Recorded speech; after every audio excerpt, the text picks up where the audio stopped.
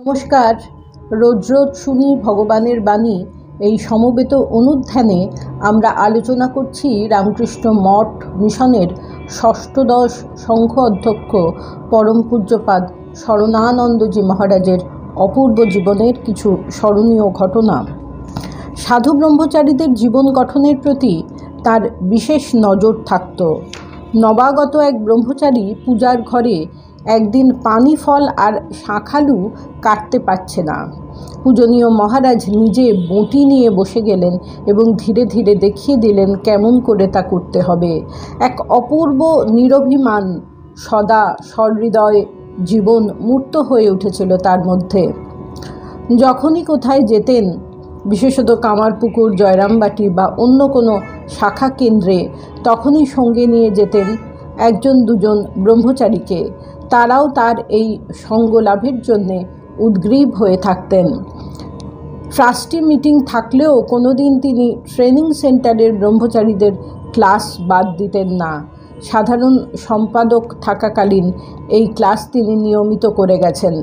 যারা এই ক্লাস করেছেন তারা সকলেই স্মৃতিচারণ করে বলেছেন যে কঠিন বিষয়কে সহজ করে বোঝাবার এমন আকর্ষণীয় পদ্ধতি সত্যিই ছিল বিরল।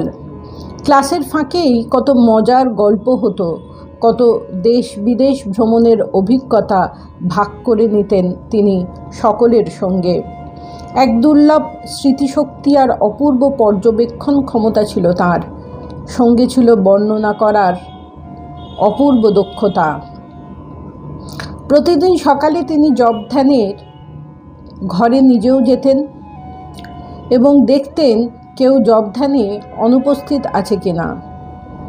যদি দেখতেন কেউ আসেনি, তাহলে পরে সকালে ধীরে ধীরে তার ঘরে গিয়ে জিজ্ঞাসা করতেন যে তার শরীর ভালো আছে তো, কেন সে মন্দিরে যেতে পারেনি। প্রতিদিন কথামৃত ও গীতা পড়ার অভ্যাস তার ছিল। যারাই তার সঙ্গে থেকেছেন তারা সকলে এই বিষয়ে সাক্ষ্য দিয়েছেন। ব্রহ্মচারীদের প্রতিদিন গীতার কয়েকটি শ্লোক মুখস্থ বলতে হতো। তিনি শুনে তাদের উচ্চারণ ঠিক করে দিতেন। গীতা তার কণ্ঠস্থ ছিল, ফলে নিজে কোনোদিন বই দেখেননি। তার কাছে যারা থাকতো তাদের প্রায় প্রত্যেকেরই গীতা ছিল কণ্ঠস্থ। তাদের সঙ্গে পূজনীয় মহারাজের সম্পর্ক ছিল অত্যন্ত মধুর। একবার যখন তিনি সারদাপীঠে আছেন, তখন একজন সাধুকে বেলুড়মঠ কর্তৃপক্ষ একটি বিশেষ কাজের প্রয়োজনে কলকাতার উপকণ্ঠে একটি কেন্দ্রে বদলি করেছিলেন। সাধুটির এতে মন খারাপ হয়ে যায়। এই ট্রান্সফার যখন হয় তার মনটি খারাপ হয়ে যায়, কারণ তাকে পূজনীয় মহারাজকে ছেড়ে দিতে হবে।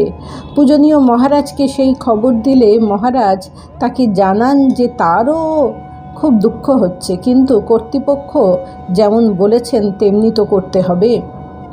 একদিকে সংঘের প্রতি কুণ্ঠাহীন দায়বদ্ধতা, অপরদিকে সাধু ভাইদের প্রতি ব্যক্তিগত ভালোবাসা। পূজনীয় মহারাজের সারাটি জীবনে এমন দৃষ্টান্ত ভুয়ো ভুয়ো ছড়িয়ে আছে।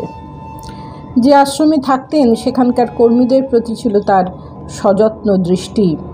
যখন তিনি সারদাপীঠে থাকতেন তখন কর্মীদের বেতন সংস্কার করেছেন। একজন পুরনো কর্মীর বিশেষ অসুস্থতা ছিল জেনে তার চিকিৎসার দিকে সবসময় দৃষ্টি রেখেছেন। সেবা কাজের প্রতি তার ভালোবাসা ও আগ্রহ ছিল আদর্শ স্বরূপ। সংশোধনাগারে কাজ করতেন এমন একজন প্রবীণ সন্ন্যাসী জানিয়েছেন যে পূজনীয় মহারাজ একবার তার সঙ্গে সংশোধনাগারে কাজ দেখতে গিয়েছিলেন এবং সেখানকার আবাসিকদের উদ্দেশ্যে খুব সুন্দর একটি ভাষণ দিয়েছিলেন। একবার বেলুড় বিদ্যামন্দির কলেজের এনএসএস ইউনিট ও খড়গপুর আইআইটির এনএসএস ইউনিটের যৌথ উদ্যোগে পরিবেশ দূষণের উপর একটি আলোচনা চক্রের আয়োজন করা হয়। পূজনীয় মহারাজ তখন সারদাপীঠের সম্পাদক। এই আলোচনা চক্রে তিনি মানব চরিত্র দূষণ ও তার প্রতিরোধে এনএসএসের দায়িত্ব ও কর্তব্য বিষয়ে একটি অতি সুন্দর ভাষণ প্রদান করেছিলেন। সত্যকে ধরে রাখা, অকপটতা প্রভৃতির কঠোর অনুশীলন তার সমগ্র জীবনকে এক ভিন্ন উচ্চতায় স্থাপন করেছিল। আশ্রমে আগত ভক্ত বা দর্শনার্থীদের সঙ্গে দেখা করতেন, কথা বলতেন। কিন্তু কখনো তাতে কোনো অতিরিক্ত সময় নষ্ট করতেন না। খুব দ্রুত যে কোনো সমস্যার ভিতরে প্রবেশ করে তার উৎস ও সমাধান বের করে ফেলতে পারতেন। এক অসামান্য দক্ষতা ছিল মহারাজের, যেন সহজাত এই দক্ষতা। তার টেবিলে কখনোই ফাইল জমে থাকতো না। হিসাব নিকাশের স্বচ্ছতা রাখার ব্যাপারে তার কড়া নজর ছিল এবং এই ক্ষেত্রে খুব সুন্দর নিয়মাবলীও তিনি তৈরি করে দিয়েছিলেন। 2 হাতের 4টি মাত্র আঙুল ব্যবহার করে অত্যন্ত দ্রুত টাইপ করতে পারতেন।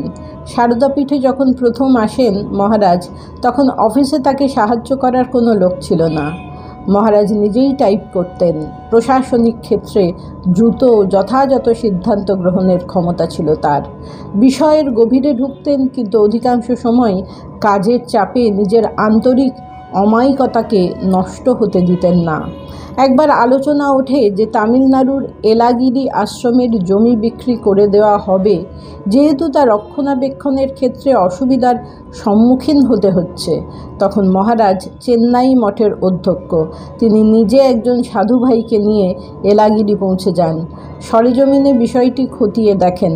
10 দিন প্রায় সেখানে ছিলেন। তখন সেখানে আলো বা জলের ব্যবস্থা ভালো ছিল না, কিন্তু মহারাজ তা সত্ত্বেও সেখানে ছিলেন। এই অঞ্চলের অপূর্ব নির্জনতা, এক অসাধারণ অথচ উন্নত আধ্যাত্মিক পরিবেশের মাহাত্ম্য তিনি অনুভব করেছিলেন এবং এই সম্পত্তি না বিক্রি করে রাখার সিদ্ধান্ত তিনি নিয়েছিলেন। পরবর্তীকালে প্রমাণ হয়েছে কত দূরদৃষ্টি ছিল মহারাজের। আজ এলাগিরি রামকৃষ্ণ সংঘের একটি শাখা কেন্দ্র। নমস্কার। প্রাণারাম প্রাণারাম প্রাণা